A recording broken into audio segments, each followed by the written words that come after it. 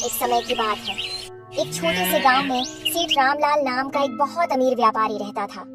उसके पास खेत, बगीचे और सोने चांदी के आभूषण थे।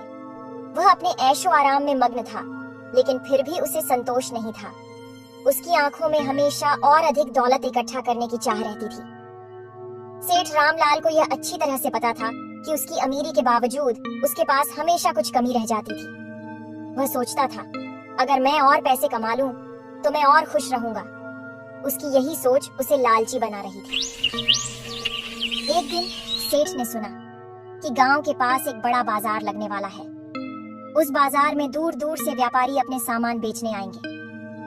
यह सुनकर सेठ रामलाल के मन में लालच जाग उठा। उसने सोचा कि यह उसके लिए एक बड़ा मौका है। उसने ठान लिया कि वह अपने सारे अच्छे सामान को लेकर वहां जाएगा और बहुत सारे पैसे कमाएगा।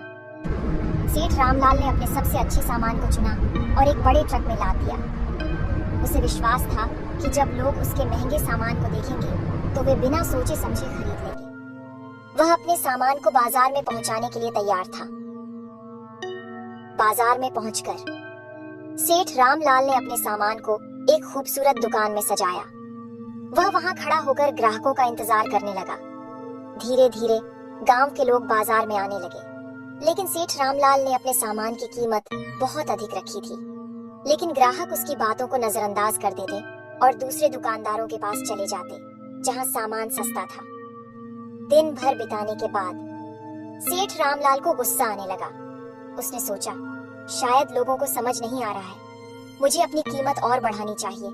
लेकिन जैसे जैसे समय बीतता गया, उसे समझ में आया कि कोई भी ग्राहक उसकी दुकान पर नहीं आ रहा है। फिर एक किसान वहां आया। उसने सेठ से कहा, भाई, तुम्हारा सामान बहुत अच्छा है, लेकिन इसकी कीमत बहुत अधिक है। अगर तुम इसे कम कर दो तो मैं खरीद लूंगा। सेठ रामलाल ने किसान की बात को अनसुना किया और गुस्से में बोला, मैं अपनी कीमत नहीं घटाऊंगा। तुम चाहो तो खरीदो, नहीं तो चले जाओ। किसान निराश होकर वहां से चला गया। शाम होते होते उसे बिना कुछ बेचे ही घर लौटना पड़ा। जब वह घर पहुंचा तो उसकी पत्नी ने चिंतित होकर पूछा, क्या हुआ, तुम खाली हाथ क्यों लौटे हो? सेठ ने कहा, मैंने अपनी कीमत नहीं घटाई, इसलिए कोई भी सामान नहीं खरीदा। उसकी पत्नी ने समझाया, लालच से तुम्हें नुकसान हुआ है। अगर तुम थोड़ा नम्रता दिखाते और सही दाम पर बेचते तो तुम्हें जरूर लाभ होता। सेठ रामलाल को अपनी गलती का एहसास हुआ।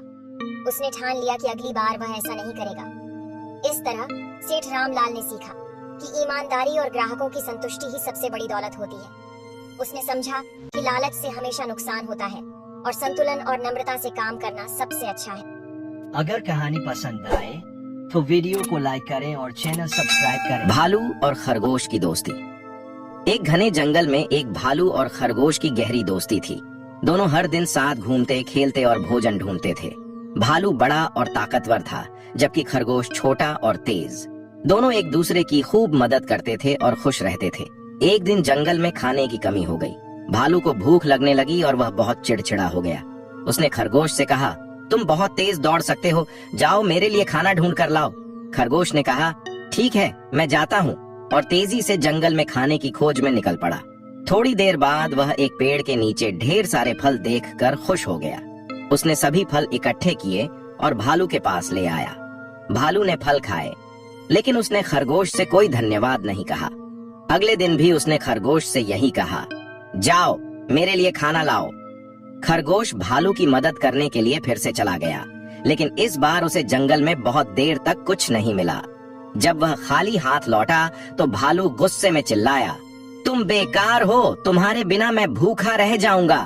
खरगोश दुखी होकर बोला, दोस्ती में मदद तो होनी चाहिए, लेकिन एक दूसरे का सम्मान भी जरूरी है। मैं हर बार तुम्हारी मदद करता हूँ, पर तुम कभी मेरा धन्यवाद भी नहीं करते। भालू ने महसूस किया कि उसने खरगोश के साथ अच्छा व्यवहार नहीं किया। उसने शर्मिंदगी के साथ कहा, मुझे माफ कर दो दोस्त, मैं भूख के कारण स्वार्थी हो गया था। अब से हम दोनों मिलकर खाना ढूंढेंगे और एक दूसरे का ख्याल रखेंगे। इसके बाद भालू और खरगोश ने हमेशा मिलकर खाना ढूंढा और एक दूसरे का सम्मान किया। उनकी दोस्ती और भी गहरी हो गई। शिक्षा। सच्ची दोस्ती में एक दूसरे की मदद के साथ साथ सम्मान भी जरूरी है।